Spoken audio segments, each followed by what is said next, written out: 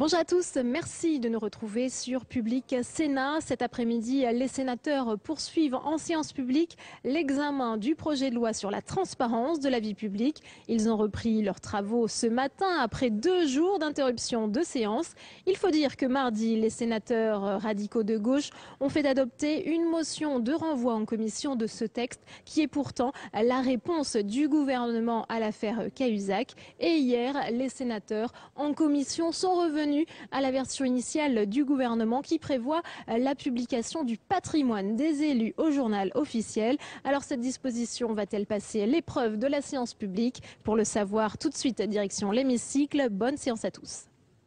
Nous reprenons, mes chers collègues, la suite de la discussion du projet de loi organique adopté par l'Assemblée nationale après engagement de la procédure accélérée relatif à la transparence de la vie publique. Dans la discussion des articles, nous sommes parvenus aux avis de la Commission et du Gouvernement sur les amendements en discussion commune au sein de l'article 1er. Et je donne la parole à Monsieur le Président de la Commission des lois. Merci, Monsieur le Président. Monsieur le Président, Madame la Ministre, mes chers collègues, je vais vous donner l'avis de la Commission sur les 103 amendements. Compte tenu du fait que, comme il y a des amendements de réécriture de parties entières de l'article, si ces réécritures étaient adoptées, ça ferait tomber un certain nombre d'amendements. Néanmoins, je dois vous donner les 103 avis, car on ne peut pas préjuger, évidemment, du vote que vous allez émettre. Donc, nous commençons, Monsieur le Président, comme vous l'avez souhaité, par l'amendement numéro 104. Cet amendement de Monsieur l'amendement numéro 44, excusez-moi, de Monsieur Longuet, il supprime l'obligation d'envoi des déclarations de patrimoine à la haute autorité, ce qui l'empêcherait d'exercer son contrôle, en renvoyant cette mission au bureau des assemblées. Le projet de loi organique est bâti autour d'un équilibre, puisqu'une autorité extérieure contrôle, ce qui évite toute suspicion de collusion et ce qui maintient le pouvoir disciplinaire au bureau des assemblées, évidemment. Donc, et d'autre part, je précise bien, pour qu'il n'y ait pas d'ambiguïté, que la haute autorité ne disposerait pas d'un pouvoir d'injonction à l'égard des parlementaires. Ce n'est pas prévu par la loi. L'avis est donc défavorable.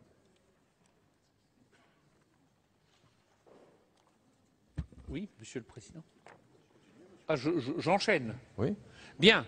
Sur l'amendement numéro 78, comme je l'ai déposé, j'y suis forcément, comme je l'ai co-signé, mais il a été brillamment défendu par Alain Anziani, comme je l'ai co-signé, j'y suis bien entendu favorable. Cet amendement reprend l'ensemble de l'acquis du travail de la Commission. Donc tous les amendements qui ont été adoptés par la Commission, quel que soit le groupe qui les ait présentés ou qui les a présentés, de manière à avoir une vision globale et peut-être de permettre d'accélérer les débats. Donc j'y suis bien entendu favorable. Pour ce qui est du sous-amendement numéro 131, la Commission a émis un avis défavorable à un amendement similaire, puisque les amendements ont été, mes chers collègues, transformés en sous-amendements. Cet amendement similaire prévoyait que les déclarations d'intérêt et d'activité des parlementaires n'étaient plus adressées à la haute autorité. Pour les raisons déjà exprimées, l'avis de la Commission est défavorable. Pour le sous-amendement numéro 127 de M. Longuet, qui consiste à supprimer les mots « le cas échéant », l'avis est également défavorable puisque ces mots figurent dans le droit actuel. Pour ce qui est du sous-amendement numéro 132 de M. Longuet, qui, après le mot « intérêt », vise à préciser qu'il s'agit des intérêts matériels et personnels, c'est un amendement de clarification et la Commission y est favorable, Monsieur Longuet. Restez calme toutefois. Bien. Alors, sur le sous-amendement numéro 139, de M. Longuet, il est contraire à la logique du texte. La commission a donc émis un avis défavorable. Pour ce qui est de l'amendement 176 de Mme Assassi, la commission a écarté un amendement similaire, considérant qu'il n'était pas raisonnable de faire une nouvelle déclaration de patrimoine à chaque session parlementaire. Madame Assassi, puisque vous arrivez, je me permets d'abord de saluer votre présence et de dire qu'il me paraîtrait un peu lourd, je me tourne aussi vers l'ensemble de nos collègues, Madame Procaccia, que vous soyez dans l'obligation de faire une déclaration au début de chaque session parlementaire. Ça fait beaucoup de déclarations.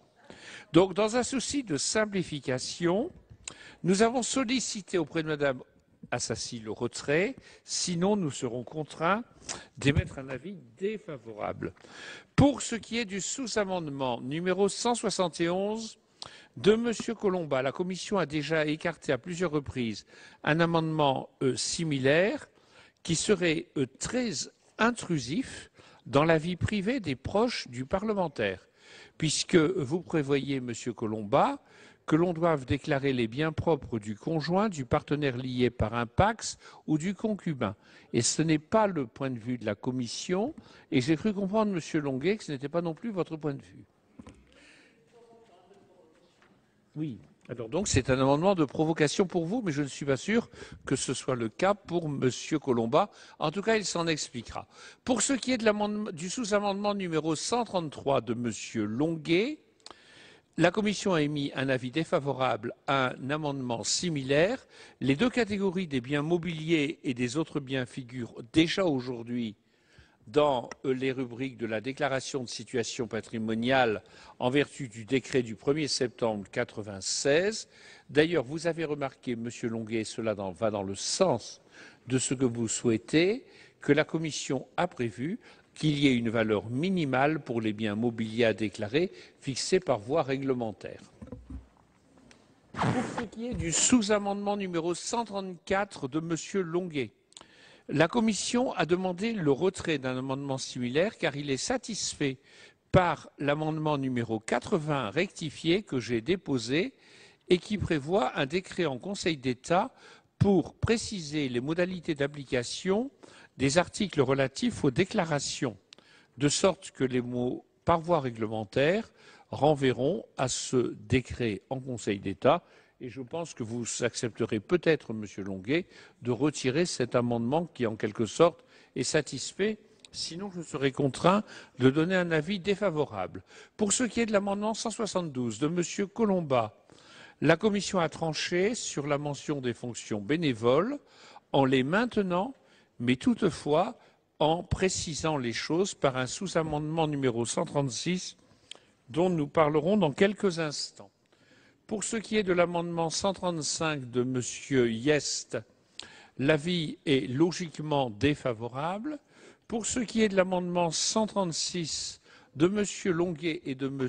Hyest, j'émets au nom de la Commission un avis favorable, M. Longuet, puisque vous avez bien voulu préciser qu'il s'agissait en l'espèce uniquement des fonctions bénévoles exercées à la date de l'élection faisant naître un conflit d'intérêts. Eh bien, cela est une très bonne rédaction à notre sens, puisqu'on prend en compte les fonctions bénévoles qui pourront faire naître un conflit d'intérêts, mais il sera inutile, bien entendu, de déclarer les autres fonctions bénévoles. Ce qui est du sous-amendement numéro 128 de M. Longuet, nous avons insisté sur le fait qu'il fallait mentionner les activités professionnelles des personnes concernées, mais non pas leur nom. La Commission est donc défavorable à cet amendement. Pour ce qui est du sous-amendement numéro 178 de M. Colomba, la Commission a déjà écarté un amendement de même nature pour deux raisons. Premièrement, la déclaration d'intérêt doit être déposée en début de mandat seulement, et de sorte qu'elle ne peut pas récapituler la participation à des colloques en cours de mandat.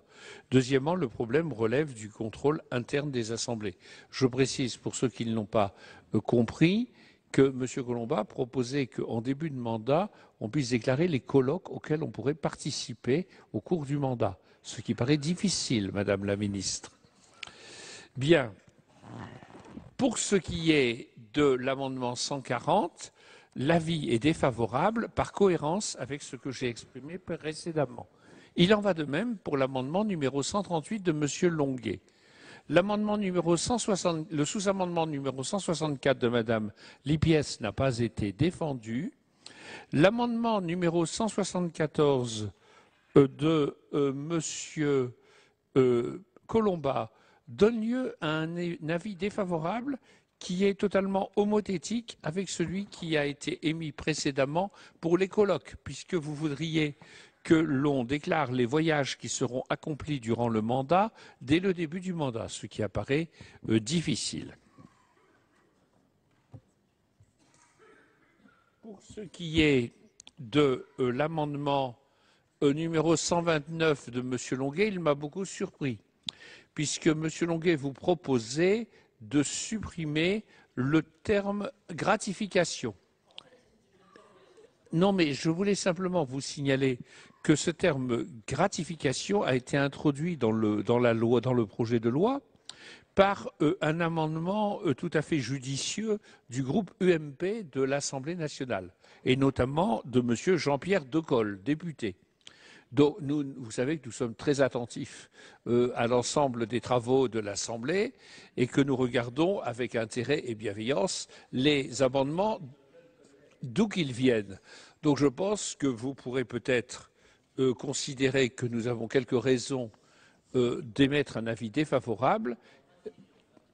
Voilà, je vous en remercie. Pour ce qui est de l'amendement 130, la commission qui vise à rectifier le quantum de peine en cas d'absence de déclaration ou de déclaration mensongère, la Commission a souhaité conserver les quantums de peine prévus par le texte initial. L'avis est donc défavorable. Pour ce qui est de l'amendement 141 de M. Longuet, M. Longuet propose une restriction de la peine complémentaire d'interdiction des droits civiques, civils et de famille en cas de déclaration mensongère ou délibérément incomplète à certaines seulement de ses composantes, telles qu'elles sont définies par l'article 131-26 du Code pénal, pour ne conserver que celles qui ont un rapport avec l'activité politique. Alors, Monsieur Longuet, la Commission donnera un avis favorable à cet amendement qui est tout à fait judicieux, en vous demandant toutefois, si vous l'acceptiez, une rectification qui consisterait à supprimer la mention temporaire. C'est-à-dire que l'amendement deviendrait, le sous-amendement deviendrait, peut être prononcé à titre complémentaire l'interdiction d'éligibilité, puisque, en l'espèce, toute peine est forcément temporaire. Voilà. Donc, sous réserve de cette rectification, l'avis de la Commission sera favorable. Pour ce qui est de votre amendement numéro 148, par cohérence, la Commission est défavorable. Pour ce qui est de l'amendement numéro 185, du sous-amendement numéro 185, la Commission n'a pas été saisie jusqu'à présent de l'idée proposée par ce sous-amendement qui a été déposé à 12 heures, qui a été distribué à 12h30. Comment?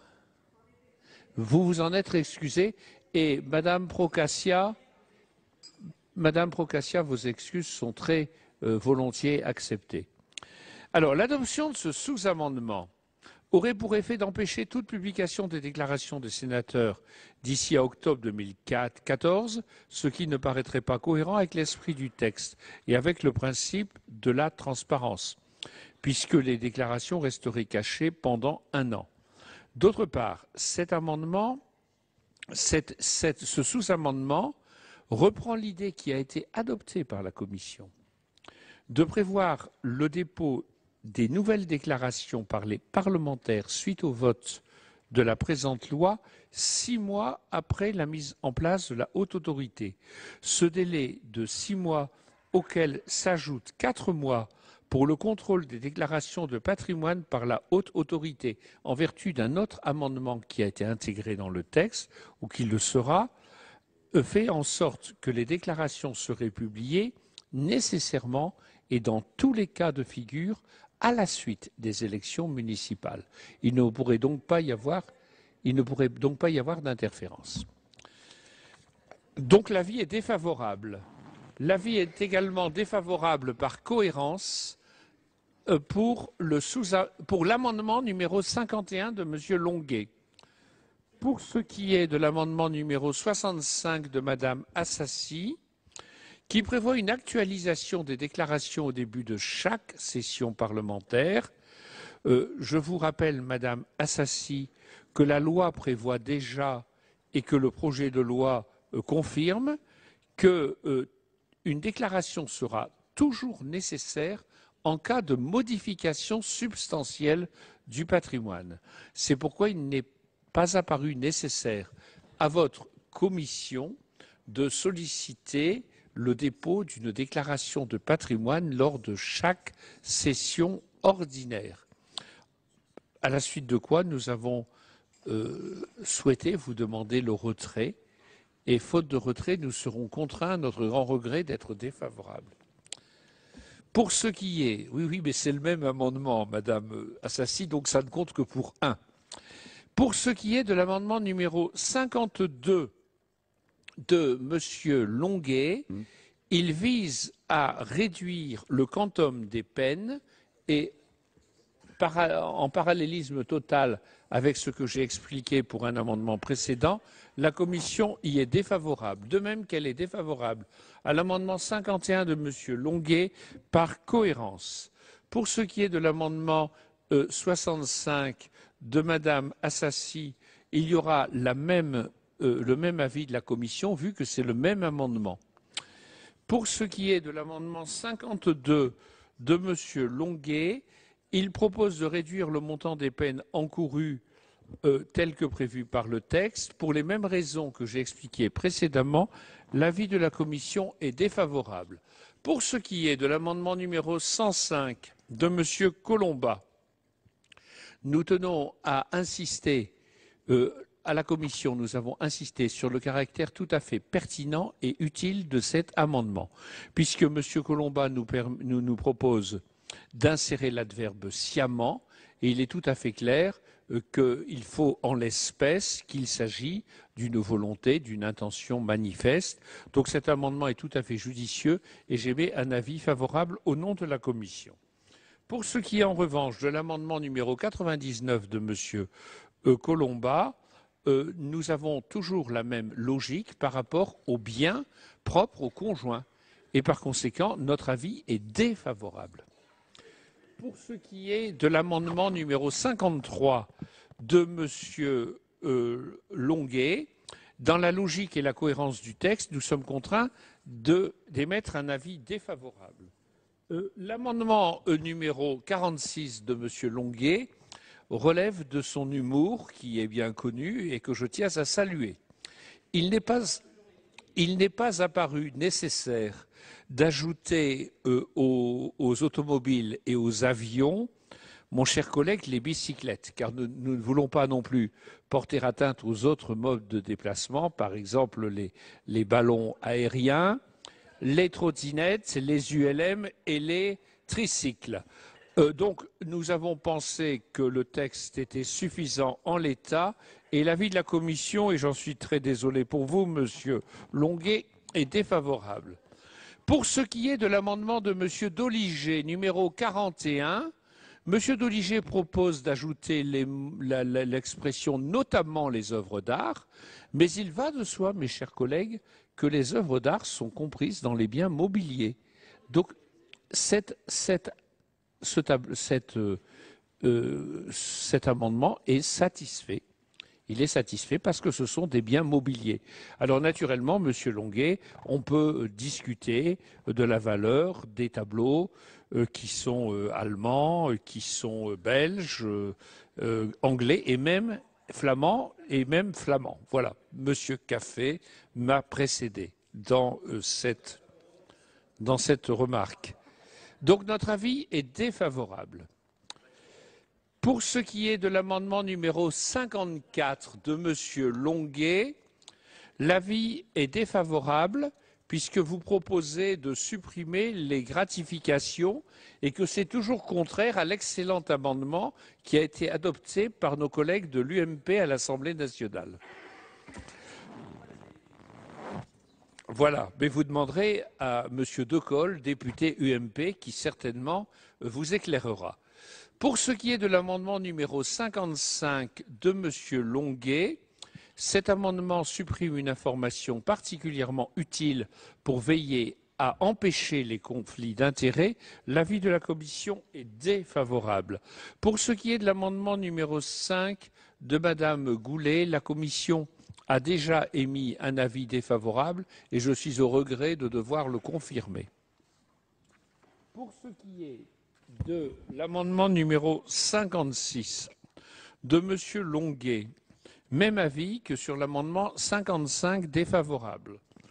L'amendement numéro 125 de M. de Montgolfier, même s'il pouvait apparaître a priori comme une bonne idée, la Commission l'a écarté, considérant qu'il pouvait être une source de contournement de l'obligation des déclarations d'intérêt.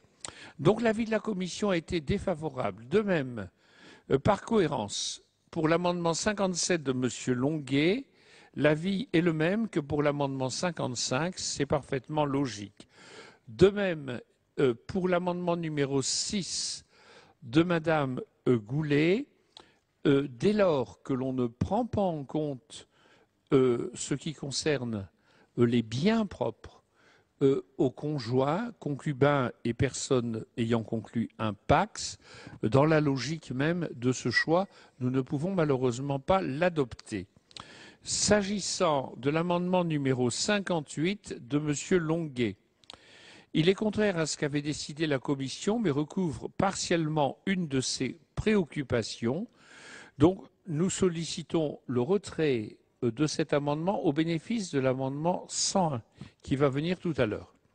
S'agissant de l'amendement numéro 100 de M. Colomba, nous avons souhaité conserver la mention des fonctions bénévoles dès lors qu'elles ne seront mentionnées que si elles font naître un conflit d'intérêts, ce pourquoi nous émettons un avis défavorable. En revanche, pour ce qui est de l'amendement numéro 101 de M. Colomba, auquel j'ai fait allusion tout à l'heure en m'adressant à M. Longuet, un amendement similaire a déjà reçu un avis favorable car la disposition qui est supprimée crée de l'imprécision. Cet amendement est satisfait par l'amendement numéro 78 que j'ai eu l'honneur de présenter, mais au cas où l'amendement, ou plutôt de signer, que M. Anziani a présenté, dans l'hypothèse où l'amendement numéro 78 ne serait pas adopté, l'avis de la Commission serait favorable, M. Colomba. Pour ce qui est de l'amendement numéro 102 de M. Colomba, nous avons souscrit à ce qui est demandé, puisqu'il n'est pas apparu à la Commission utile de solliciter la déclaration des mandats électifs, étant donné que ceux-ci ont un caractère public. Par conséquent, je donne un avis favorable à l'amendement numéro 102. Pour ce qui est de l'amendement numéro 59 de M. Longuet, par cohérence avec les exposés précédents, l'avis de la Commission est défavorable. L'amendement numéro 13 de M. Anziani supprime le nom des collaborateurs parlementaires des déclarations d'intérêt en ne donnant qu'une seule information, leurs éventuelles autres activités professionnelles. Cela m'apparaît et est apparu à la Commission particulièrement judicieux parce qu'il a pu arriver, je le dis ici, que certains collaborateurs parlementaires soient principalement rémunérés par une entreprise d'un secteur dont il peut être question. Voilà. C'est pourquoi. Non, mais d'accord, Monsieur Longuet, je prends en compte ce que vous dites. C'est pourquoi il est apparu judicieux de déclarer les activités professionnelles des collaborateurs parlementaires, quelles qu'elles soient. Donc l'avis est favorable. Pour ce qui est de l'amendement numéro 2 de Madame Goulet, nous avons considéré que le contrôle des cadeaux ou avantages reçus par les parlementaires relève de la compétence des bureaux des assemblées. Ceux-ci ont d'ailleurs statué, ont fixé des seuils, des conditions. Par conséquent, l'avis de la commission à l'amendement numéro 2 de Madame Goulet est favorable. Pour ce qui est de l'amendement numéro 14 de Monsieur Anziani, il est satisfait par l'amendement 78. Dans l'hypothèse où l'amendement 78 ne serait pas adopté, l'avis serait favorable. Pour ce qui est de l'amendement numéro 60 de M. Longuet, même chose. M. Longuet, cet amendement donne lieu à un avis favorable, dès lors naturellement que l'amendement numéro 78 ne serait pas adopté, ce qui le ferait tomber. Pour ce qui est de l'amendement numéro 103 de Monsieur Mézard, je redis qu'il n'est pas possible que la déclaration d'intérêt comporte la liste des voyages effectués dès lors qu'elle est déposée au début du mandat. Donc c'est une demande de retrait, sinon un avis défavorable. Pour ce qui est de l'amendement 115 de Monsieur Colomba, en cohérence avec l'amendement précédent, avec l'avis sur l'amendement précédent, l'avis est défavorable. L'amendement 97 de M. Lecomte n'a pas été défendu. L'amendement numéro 61 de M. Longuet donne lieu à une demande de retrait, sinon à un avis défavorable, dans la cohérence des avis précédents. L'amendement numéro 25 de Mme Lipiès n'a pas été défendu. L'amendement 47 de M. Moret précise que les déclarations de patrimoine seront rendues publiques et publiées au journal officiel. La Commission a donné un avis favorable à cet amendement de M. Moret. Pour ce qui est de l'amendement 15 de M. Anziani, c'est un débat que nous avons eu longuement. La question était de savoir si, dans le cas où nous restons dans le dispositif de l'Assemblée nationale, c'est-à-dire dans le cas où les déclarations de patrimoine peuvent être consultables dans les préfectures, si cette consultation doit être réservée aux électeurs ou à toute personne âgée de plus de 18 ans. La Commission a retenu la mention des électeurs. C'est pourquoi, Monsieur Anziani, je donne un avis défavorable à votre amendement au nom de la Commission. Pour ce qui est de l'amendement de Madame Assassi, c'est numéro 66. Cet amendement n'a pas été retenu par la Commission. Je dois donner un avis défavorable. C'est exactement le même sujet. Pour ce qui est de l'amendement numéro 1 de Madame Goulet, il a déjà été adopté au stade du texte de la Commission. Il est satisfait par l'amendement numéro 78. Si l'amendement 78 n'était pas adopté, je donnerai un avis favorable. Pour ce qui est de l'amendement numéro 16 de Madame Tasca, il a déjà été adopté par la Commission. Il consiste d'inscrire dans la loi, et cela figure dans plusieurs amendements que vous avez présentés, ma chère collègue, l'organe de déontologie parlementaire. La Commission y est tout à fait favorable.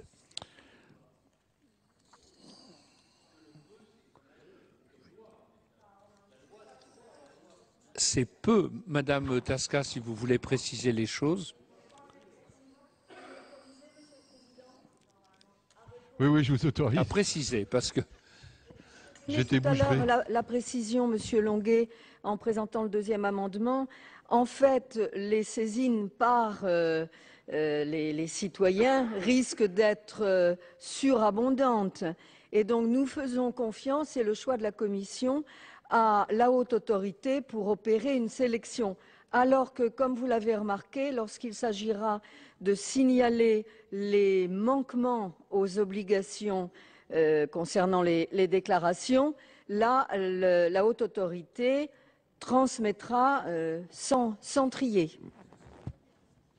Bien. Merci, Madame Tasca. Continuez, Monsieur le Président. Oui, pour ce qui est de cet amendement numéro 16, c'est donc peu, suite à la précision apportée par Madame Tasca. La Commission y est favorable.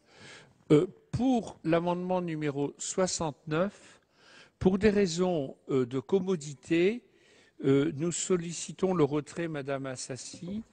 Toutefois, je veux bien m'en remettre à la sagesse de la Commission, à la sagesse de l'Assemblée, mais la difficulté, c'est que ça risque d'être une contrainte pour la haute autorité que de devoir répondre à toutes les lettres, y compris les lettres d'injure qu'elle pourra recevoir. Pour ce qui est, mais je suis prêt, après le débat que nous avons eu en commission, à me remettre à la sagesse de l'Assemblée. Pour ce qui est de l'amendement numéro 17 de M. Anziani, il est satisfait par l'amendement 78. Toutefois, au cas où l'amendement 78 ne serait pas adopté, l'avis serait totalement favorable.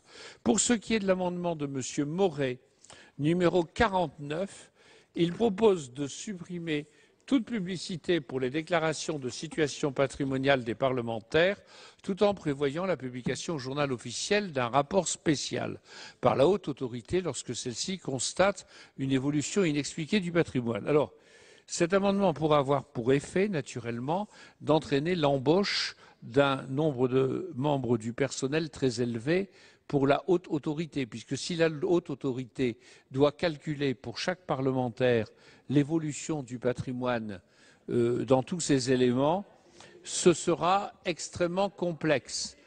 En revanche, Monsieur Longuet, il est très clair que dès lors qu'il y a un dépôt sous la responsabilité du parlementaire de la déclaration dans les formes prévues par la loi, au début du mandat, à la fin du mandat, cela nous paraît suffire, d'autant plus que, monsieur, oui, vous savez que je ne suis pas maoïste, monsieur Longuet, j'ai déjà dit ce matin à monsieur Cambon, qui nous a d'ailleurs quittés. Je le regrette, mais il va revenir. Bon, alors, donc, je rappelle en outre que, mon cher collègue, chaque fois qu'il y a une évolution substantielle du patrimoine, nous sommes d'ores et déjà tenus de le déclarer. Et cela est confirmé par le présent projet de loi. S'agissant de l'amendement numéro 124 de M. Mézard, il supprime toute publicité pour les déclarations de situation patrimoniale. Il est contraire à la position de la Commission. L'avis est donc défavorable. Pour ce qui est de l'amendement numéro 106 de M. Colomba, l'avis est défavorable pour la même raison. Pour ce qui est de l'amendement 48 de M. Moret, il propose de publier les appréciations portées par la haute autorité sur les déclarations de situation patrimoniale des parlementaires sans prévoir la publicité de ces déclarations. Alors c'est un amendement très paradoxal. Parce que, ben oui, mon cher collègue, on pourrait publier les critiques que la haute autorité fait à une déclaration sans publier les déclarations. Vous voyez bien quand nous lisons les rapports de la Cour des comptes, il y a ce que pense la Cour des comptes, mais il y a aussi ce qu'a déclaré la personne morale qui est en cause et aussi les réponses qu'elle a faites. Donc c'est la raison pour laquelle l'avis est défavorable. Pour ce qui est de l'amendement 62 de M. Longuet, l'avis est défavorable puisque c'est contraire à la position de la Commission. Il en va de même pour l'amendement 104 de M. Colomba. Alors, maintenant, j'arrive à l'amendement numéro 79 que j'ai l'honneur de co-signer et qui a été présenté tout à l'heure par M. Anziani. Cet amendement est très important puisque, Madame la Ministre, il propose de revenir au texte du projet de loi du gouvernement. Je pense donc qu'il sera accueilli de bonne manière par le gouvernement. Mes chers collègues, je reviens en quelques mots sur ce sujet parce que c'est sans doute le sujet le plus important de ce débat de cet après-midi. Nous avons émis un désaccord assez profond avec ce qu'a voté l'Assemblée nationale, c'est-à-dire le fait que les déclarations de patrimoine pourraient être universellement consultées en préfectures, puisque tout électeur, 45 millions d'électeurs, pourront les consulter. Et il nous paraît très difficile.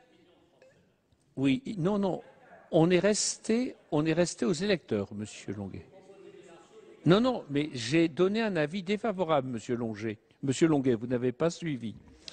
Donc, à partir du moment où ces déclarations peuvent être universellement consultables ou très largement par des dizaines de millions de personnes, il nous paraîtrait paradoxal que leur communication ou leur publication donne lieu à 1 an de prison, ce qui n'est pas rien, Madame la Ministre, et à 45 000 € d'amende. Donc, dans un premier temps, la Commission a décidé de supprimer l'infraction et la sanction. C'est ce que nous avions décidé dans le texte approuvé avant qu'il y ait le renvoi en commission. Nous sommes revenus là-dessus et comme je l'ai dit en commission, il y a eu un surcroît de réflexion. Ce surcroît de réflexion nous a conduit à considérer que dès lors qu'il n'y avait plus d'infraction ni de sanction, bien entendu, la communication était possible, licite et normale. À partir de ce moment-là, mieux vaut dire que les déclarations de patrimoine des parlementaires sont publiées comme le sont celles des ministres. C'est le sens de cet amendement numéro 79 qui est toutefois assorti d'un second alinéa auquel nous tenons beaucoup et qui sanctionne d'une amende de 7 500 € les communications ou publications mensongères ou délibérément inexactes. C'est-à-dire que nous considérons qu'il est logique qu'il puisse y avoir publicité pour les parlementaires comme pour les ministres, mais que, en cas de publication visant à porter atteinte à la personne, de même qu'en cas de diffamation, eh bien, il y ait évidemment une sanction. C'est pourquoi la Commission a émis un avis favorable à cet amendement 79. Pour ce qui est du sous-amendement 180 de M. Colomba, la Commission a déjà écarté un amendement similaire qui repose sur le principe de l'absence de publicité des déclarations. C'est donc strictement contraire à l'amendement dont je viens de parler, donc l'avis est défavorable. Pour ce qui est du sous-amendement de M. Longuet numéro 143, c'est un avis défavorable exactement pour la même raison. En fait, il y a deux positions. Soit on est partisan de la publication des déclarations, soit on pense qu'il ne faut pas qu'elles soient publiées. Et d'ailleurs, autant dire que le débat dans cet hémicycle, il est entre ces deux positions qui peuvent être tout à fait clairement exprimées et défendues. L'amendement numéro 122 de M. Zocchetto est signé par plusieurs de nos collègues et notamment Mme Goulet, ici présente. Cet amendement est strictement identique à l'amendement de la Commission, c'est-à-dire qu'il prévoit la publication dans le journal officiel et une sanction en cas de publication fallacieuse, mensongère, délibérément inexacte. Je suis bien sûr favorable à cet amendement, identique à celui qui a été précédemment présenté. Pour ce qui est de l'amendement 98, il s'agit d'un amendement de repli pour le cas où les amendements précédents ne seraient pas adoptés. Dans ce cas, nous reviendrons au dispositif que nous avions adopté d'abord, qui consisterait à supprimer toute infraction et toute sanction en cas de communication dès lors que l'on communiquerait quelque chose d'universellement consultable. Le sous-amendement 155 de Mme Lipiès n'est pas défendu. Pour ce qui est du sous-amendement 142 de M. Longuet, il s'agit de l'existence d'un registre. Alors, la Commission n'est pas favorable à ce que, dans le cas où il y aurait consultation auprès des préfectures, il y ait un registre des gens qui seraient venus consulter. Ou bien on a le droit de venir consulter dès lors qu'on est électeur. Les agents de la préfecture peuvent demander la carte d'électeur, dans ce cas-là. Mais Nous ne pensons pas qu'il faut mentionner toutes les personnes. Après se posera la question de savoir qui peut consulter le registre, etc. Nous avons un amendement 162 de Madame Lipietz qui n'a pas été défendu. Le sous-amendement 144 de Monsieur Longuet est contraire à la position de la Commission. L'amendement 18 de Monsieur Anziani donne lieu à un avis défavorable dans les mêmes conditions que l'amendement précédent. L'amendement 36 de Madame Lipietz n'est pas défendu. L'amendement 12 de Madame Deroche donne lieu à un avis défavorable car contraire pour les mêmes raisons que l'avis a été défavorable sur l'amendement de Monsieur Longuet. Pour ce qui est de l'amendement numéro 3 de Madame Goulet, ce sera une demande de retrait ou alors un avis défavorable. Par cohérence, l'avis sera le même sur l'amendement numéro 4 de Madame Goulet.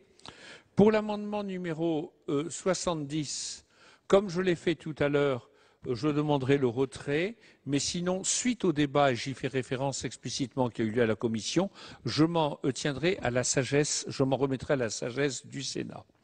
Pour ce qui est de l'amendement numéro 19 de Monsieur Anziani, cet amendement supprime les sanctions pénales en cas de divulgation des informations au sein des déclarations de situation de patrimoine. Il correspond à la position que la Commission avait adoptée dans un premier temps. Il est satisfait par l'amendement 79, mais au cas où l'amendement 79 ne serait pas adopté, votre amendement donnerait lieu à un avis favorable, mon cher collègue.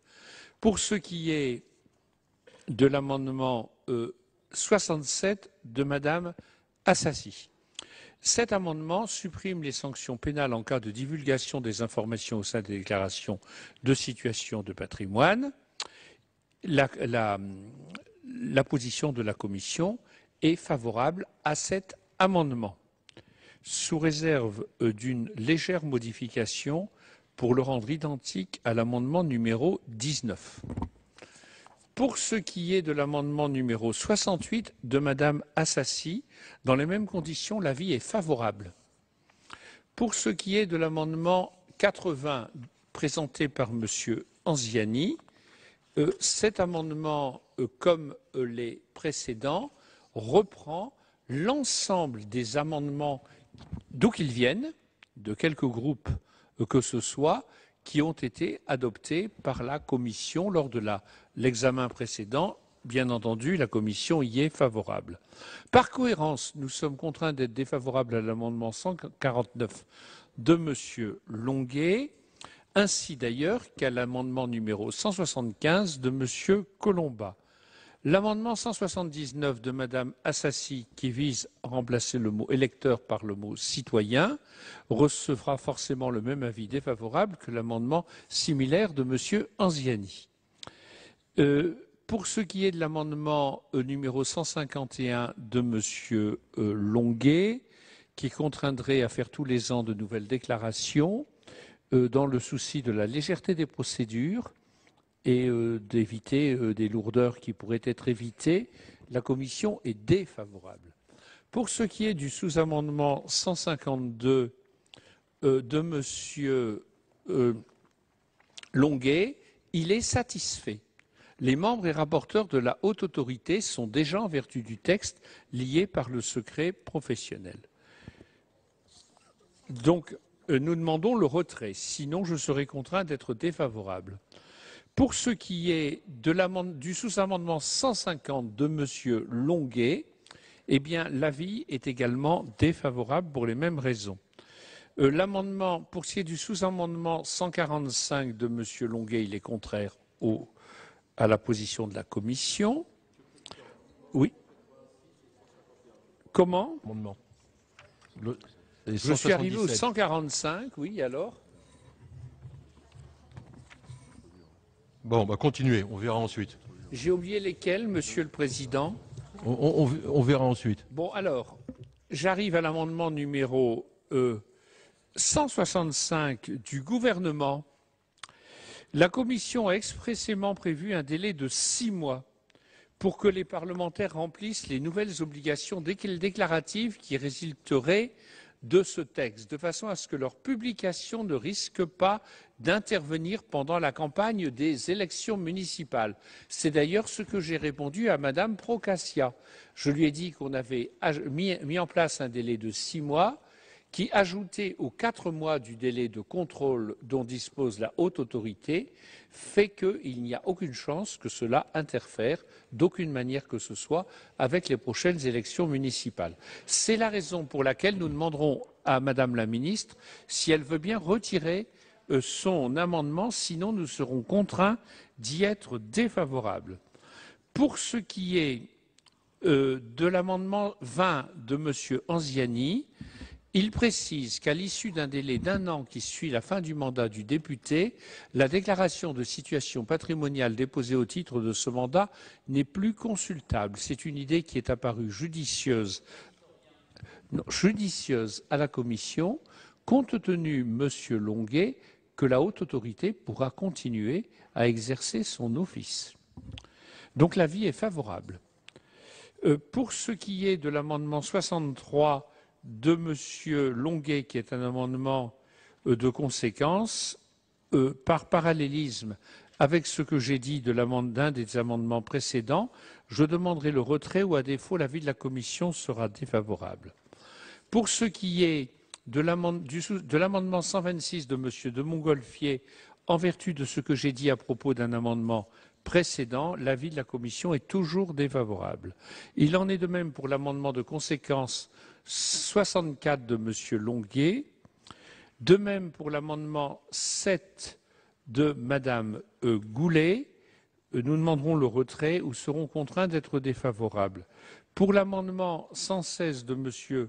Pozzo di Borgo, il est contraire à la logique du texte et à la position de la Commission, car il supprime la compétence de la haute autorité en matière de déclaration d'intérêt et d'activité. On a eu l'occasion d'en parler.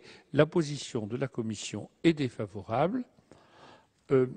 Et pour ce qui est de l'amendement numéro 71 de Mme Assassi, pour les raisons déjà exposées, puisque cet amendement aurait pour effet, outre les 2 publications du patrimoine au début, les 2 transmissions et publications du patrimoine en début et fin de mandat, outre le fait que toute modification substantielle doit être déclarée, d'ajouter un nouveau document rendant compte de l'évolution du patrimoine de chaque parlementaire.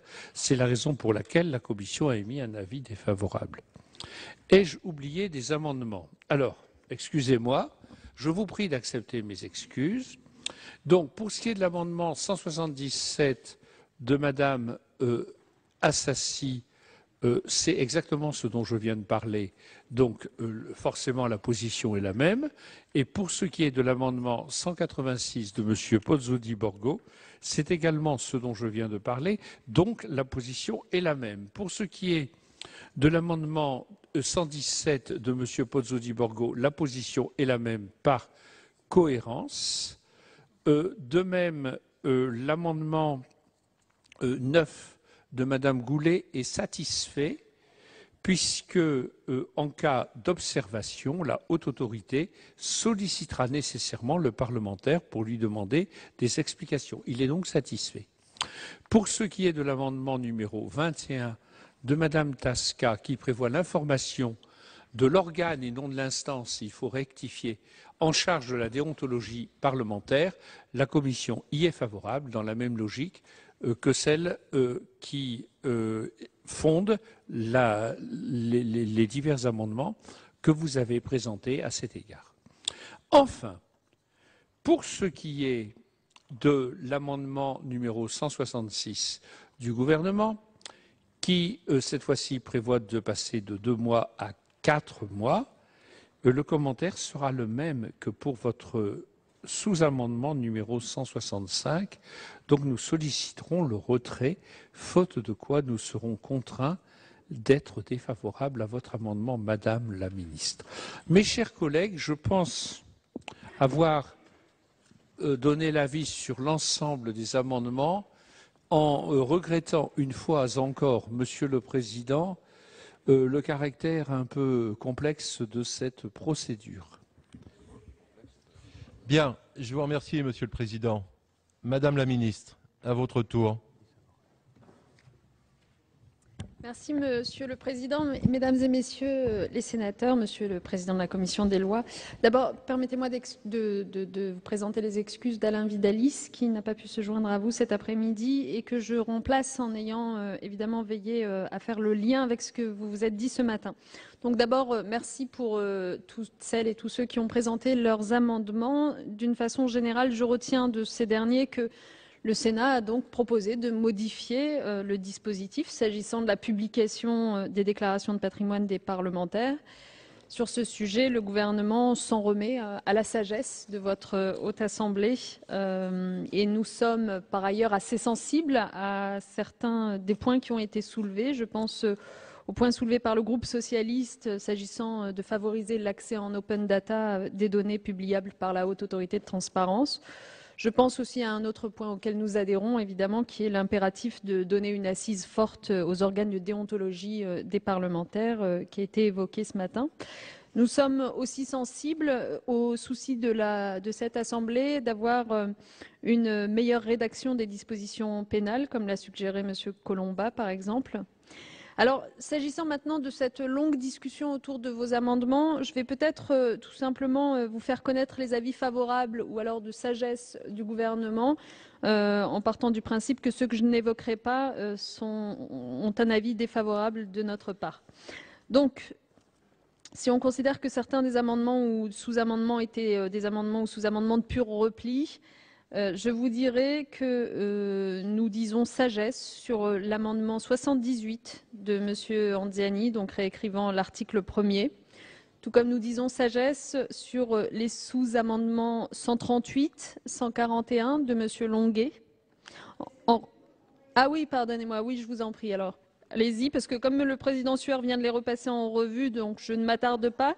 Donc je redis, alors sagesse sur l'amendement 78, donc réécrivant l'article 1er, l'amendement présenté par M. Anziani. Sagesse également sur les sous-amendements 138 et 141 de M. Longuet. En revanche, défavorable sur les autres sous-amendements.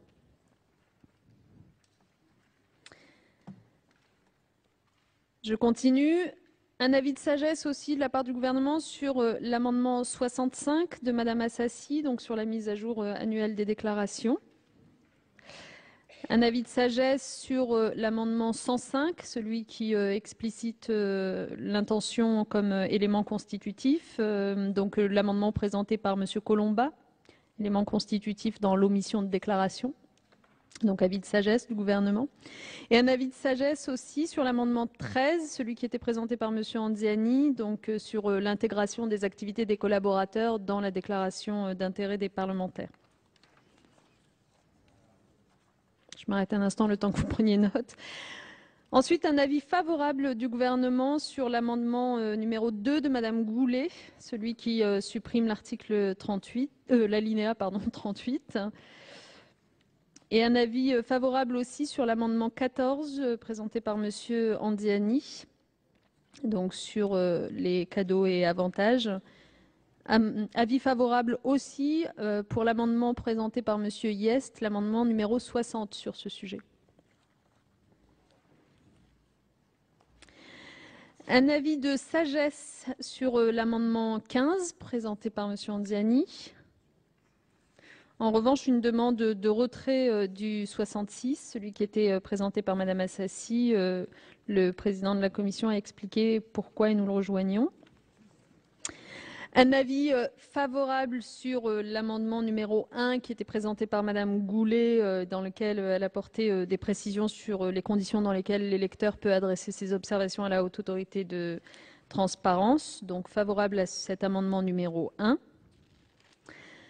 Nous nous prononçons par la sagesse sur l'amendement numéro 16 présenté par Mme Tasca sur ce meilleur circuit d'information entre la Haute Autorité de transparence d'une part et les organes de déontologie. C'est évidemment une question qui vous concerne au premier chef, donc sagesse. Nous sommes, je le disais en introduction, favorables à l'amendement 17 de M. Anziani sur l'open data, l'accès en open data des données publiées par la Haute Autorité de Transparence. Et nous sommes donc, pour répondre à la question de Monsieur le Président, sur une position de sagesse s'agissant de l'amendement 79 qui a été longuement présenté par Monsieur Sueur. Donc le 79 rectifié plus exactement. Nous prononçons là aussi en termes de sagesse sur le sous-amendement numéro 122, celui qui a été présenté par Monsieur Mercier.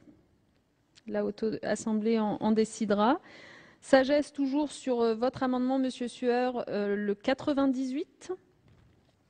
Sagesse sur l'amendement de Monsieur Anziani, le numéro 18, qui concernait donc l'extension du droit de consultation à toute personne de plus de 18 ans. Nous sommes favorables, le gouvernement est favorable aux amendements 3 et 4 de Madame Goulet. Favorable à l'amendement 80 rectifié de Monsieur Sueur qui réécrit donc l'article 1er. Sagesse pour ce qui concerne le sous-amendement 179 de Madame Assassi. Favorable pour ce qui est de l'amendement 20, celui qui organise de façon un peu précise la fin de la période de consultation. Donc il était présenté par Monsieur Anziani. Et favorable également à l'amendement 21 de Madame Tasca. Et enfin, pour répondre aux questions qui nous étaient posées par Monsieur le Président de la Commission des lois, le gouvernement est d'accord pour retirer le sous-amendement 165 sur l'entrée en vigueur progressive des obligations déclaratives. Et du coup, la logique veut que nous retirions également l'amendement 166 qui portait donc sur le même sujet. Voilà, j'espère que vous avez pu prendre note de tout cela. Rien de bien surprenant dans ce que je viens de dire, je crois. Merci. Merci. Alors, Monsieur le Président ? Les choses étant un peu complexes, il serait judicieux que l'on puisse voter d'abord sur les amendements qui réécrivent l'article et qui intègrent, comme je l'ai dit, des amendements de tous les groupes qui ont été adoptés lors de la première lecture. Cela aura lieu naturellement pour ce qui est du premier de ces amendements. En revanche, Monsieur le Président, je solliciterai la priorité du vote sur les amendements 79 et 122, de manière à ce qu'ils soient mis au vote avant le 48, dans la logique que je viens d'expliquer. On est d'accord.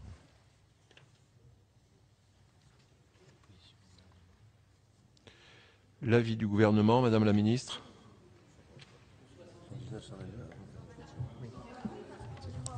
Oui, bien sûr, je suis favorable, Monsieur. D'accord. Bien. Donc, on va commencer par le 79. On commence bien par le 44. Le 44, ouais. C'est après que ça vient. Le 44 d'abord. Non, par le 44. Qui est celui de Monsieur Longuet, qui a deux avis défavorables, que je vais mettre aux voix. Allez-y. En explication de vote. Oui, mais vous pouvez expliquer votre vote, Monsieur Longuet. Vous l'expliquez tout de suite? Pas d'explication de vote? Si, allez-y. Monsieur le Président, Madame la Ministre, Monsieur le rapporteur, Mesdames et Messieurs, mes chers collègues, voilà. Cet amendement 44 est une réécriture de l'article 1er, imaginé et voulu par l'UMP, et qui rappelle l'architecture d'ensemble que nous souhaitons dans cet objectif de conforter l'image du Parlement devant l'opinion française en général. Cette réécriture aboutit à faire en sorte que la commission administrative, désormais intitulée Haute Autorité, soit compétente en ce qui concerne les déclarations patrimoniales et exclusivement en ce qui concerne les déclarations patrimoniales. Et que par ailleurs, et par voie de conséquence, puisqu'elle ne serait plus compétente en matière de déontologie, dont nous considérons qu'elle doit être sous le seul contrôle des assemblées, et plus précisément de l'exécutif de ces assemblées, c'est-à-dire les bureaux, nous, dans l'architecture de notre amendement, demandons à ce que les déclarations d'intérêt soient adressées pour, le cas échéant, être évaluées par les seuls bureaux des assemblées. Alors, je n'entrerai pas dans le détail du dispositif, je rappelle simplement cette conviction forte pour qu'il n'y ait pas de malentendu. Personne, M. Anziani, n'a peur de quoi que ce soit, n'a peur de quelque déclaration que ce soit. La seule chose dont nous ayons vraiment peur, c'est ce qu'évoquait avec passion notre collègue Pozzo di Borgo, c'est d'un Parlement qui s'autocensure, qui s'affaiblisse lui-même en se plaçant sous l'autorité de fait et de droit de personnalités certes éminentes, et toute leur vie professionnelle le démontre, mais parfaitement éloignées de l'expérience parlementaire et dont l'autorité ne dépend que de l'exécutif. C'est vrai naturellement des magistrats qui appartiennent à l'ordre judiciaire, mais c'est plus vrai encore du président de la haute autorité dont le nom est proposé par le président de la République. Nous serions donc le seul pays où la déontologie des parlementaires échapperait aux parlementaires pour appartenir à un organisme de type administratif. Je rappelle que, à l'occasion du rapport 518 qui a été largement cité et qui était largement œcuménique, la large majorité des membres de ce groupe d'études présidé par Jean Jacquiest et par vous-même, cher collègue Anziani, avaient conclu à ce que la déontologie devait appartenir aux exécutifs des assemblées.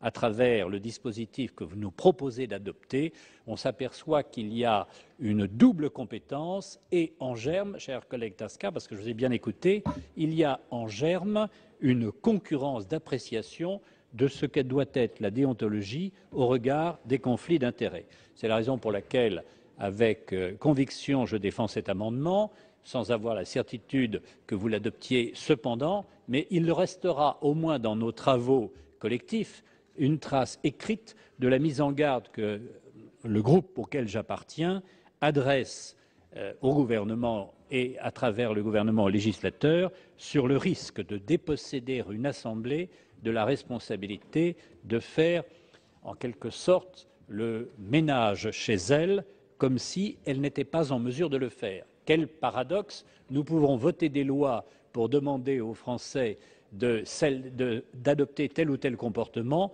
mais nous serions incapables d'assurer nous-mêmes la déontologie de notre comportement quotidien.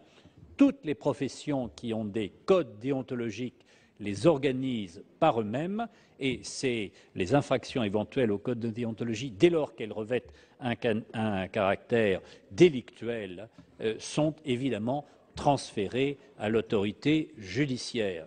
Notre objectif n'est pas d'épargner aux parlementaires, délinquants ou criminels la référence à l'autorité judiciaire. Notre objectif est dans la vie quotidienne, très simple, très immédiate, avec la complexité de notre métier, la possibilité de laisser aux exécutifs des assemblées leur pleine responsabilité. Bien, merci Monsieur Longuet. Monsieur Pozzo Di Borgo, pour explication de vote. Oui, dans le même sens, ce que j'ai dit ce matin. C'est vrai que nous avons, en France, par rapport à d'autres parlements, une diminution, un grignotage permanent du pouvoir des parlementaires. Ça a commencé d'ailleurs avec l'article 34 de la Constitution. C'était une Constitution qui a été faite, en fait, pour limiter le pouvoir des parlementaires, même si ça a équilibré les choses, et ça ne fait que continuer. Sur cette affaire, l'esprit de cette loi, on le retrouve, ce grignotage. Alors, on pourrait dire, évidemment, que la haute autorité, dans l'esprit de l'article 40 du Code pénal, puisqu'elle se constate un délit, évidemment, prévient le parquet. Mais moi, je me demande, en fait, si dans tout ça, si la création de notre autorité, on n'est pas en train de créer également une autre autorité judiciaire, en fait, qu'elle va jouer le rôle du parquet, même si elle transmet au parquet. C'est-à-dire qu'en fait, c'est elle qui va avoir compétence pour transmettre au parquet, si vous voulez, les décisions. Alors, c'est un peu ambigu, évidemment, c'est un peu joué sur les mots. Mais moi, j'ai tendance à penser que dans cette affaire, mes chers collègues, nous sommes, nous, les parlementaires, en train de nous flageller, nous sommes en train de diminuer le pouvoir que nous avons. Or, les Français ont besoin d'un pouvoir exécutif fort, ils ont besoin d'une justice respectée et forte, mais ils ont besoin aussi d'un Parlement respecté et fort. Et le problème, c'est que le Parlement lui-même se flagelle, le Parlement lui-même diminue ses propres pouvoirs. Voilà, c'est la raison pour laquelle je voterai l'amendement de nos collègues de l'UMP. Merci, mon cher collègue. Monsieur Delay, pour explication de vote.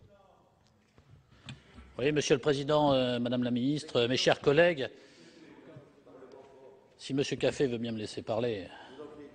Merci, chers collègues.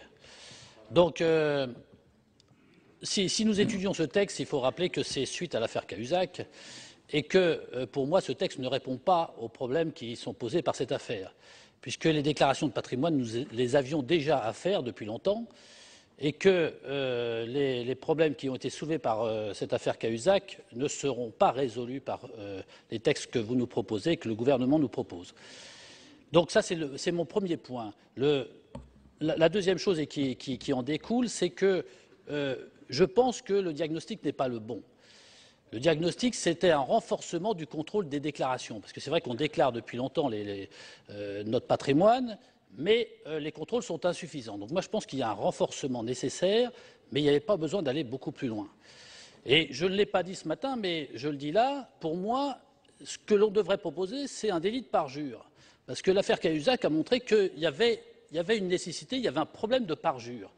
Et que ce délit de parjure, je trouve dommage que le gouvernement ne l'ait pas proposé en réaction à cette affaire. Et sur ce qui est du patrimoine, moi personnellement, je suis gêné parce que j'ai rien à cacher, donc ça ne me gêne pas de publier mon patrimoine. Simplement, je trouve que là, on montre du doigt les élus et les parlementaires et que, finalement, sans raison. Et que notre position et la position que je défendais avec Hervé Moret, qui a écrit des amendements dont le président Sueur les a repoussés sans beaucoup d'arguments, c'est que la haute autorité, si la haute autorité veut servir à quelque chose, c'est quand même à contrôler les évolutions du patrimoine, et notamment les évolutions anormales, et l'absence de justification ou les insuffisances dans ces déclarations. Et là, on nous dit, la haute autorité, elle ne va pas faire ça, parce que sinon, elle va avoir trop de travail. La haute autorité, qu'est-ce qu'elle va faire? Elle va simplement regarder qu'elle a bien reçu, et puis elle va publier dans le journal officiel. Et voilà. Et qu'est-ce qu'elle aura servi à quoi? Donc moi, je suis un peu surpris par cette réponse. Et là, moi, je reviens sur l'amendement 44. L'amendement 44 dit, qu'est-ce qu'on fait? La haute autorité va remplacer la commission avec quelques moyens supplémentaires. Pourquoi pas l'appeler haute autorité? Il y a un haut conseil des finances publiques, il y a plein de hauts conseils et autres. On peut toujours créer une haute autorité.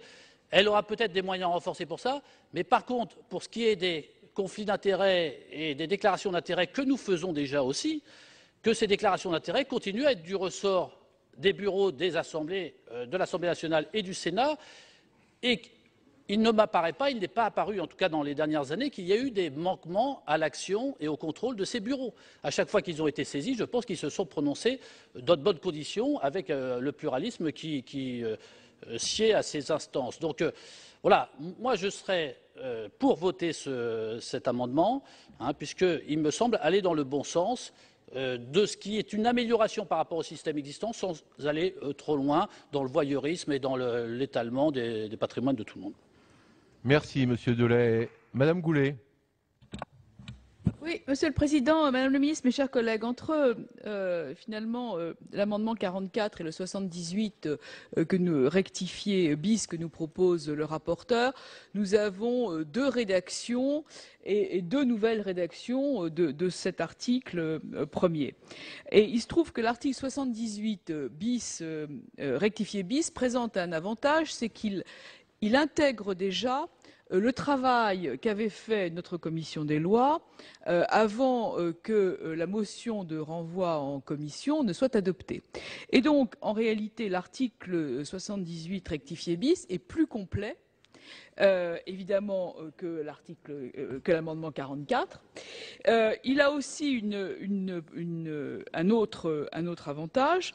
Il ne dénature pas le texte, maintient des obligations de déclaration et laisse la question de la publication, notamment au journal officiel, à l'amendement 122, qui est un amendement qui a été largement cosigné par un grand nombre des membres du groupe UDI-UC et qui prévoit une publication au journal officiel. Alors, à ce stade de la discussion, deux choses. D'abord, la commission de transparence a toujours fait son travail.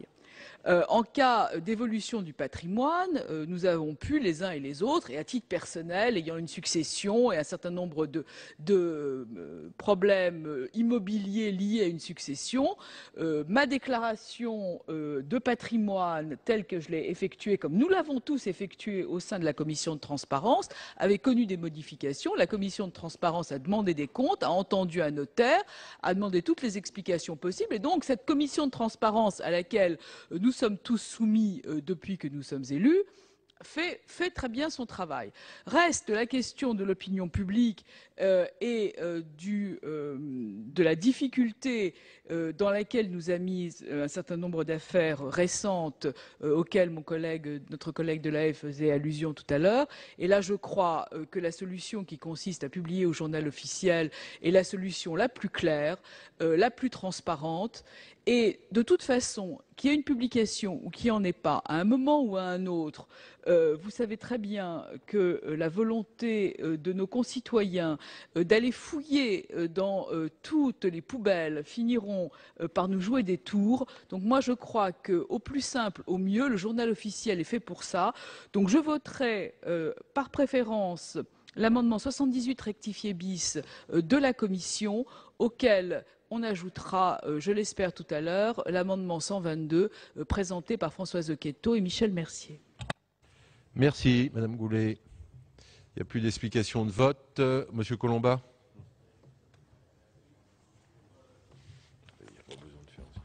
Sur cet amendement, je dois dire que, dans un certain sens, l'orientation en matière de publication prise par cet amendement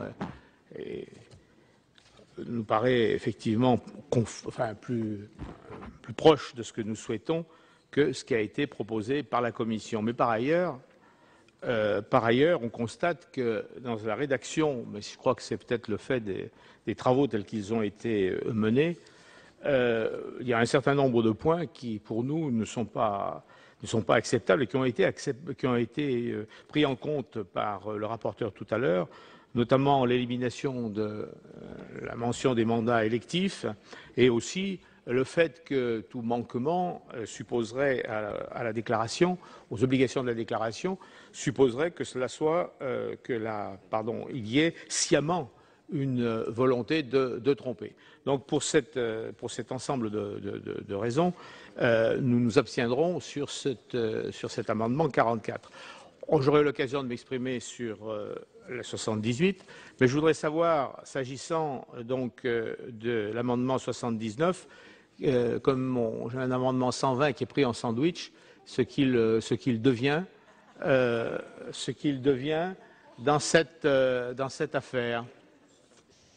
Nous quittons l'hémicycle du Sénat, mais nous reviendrons plus largement sur l'examen de ce projet de loi sur la transparence de la vie publique dans le journal de 19h, présenté ce soir par Marie Brémaud. Très bonne soirée à tous.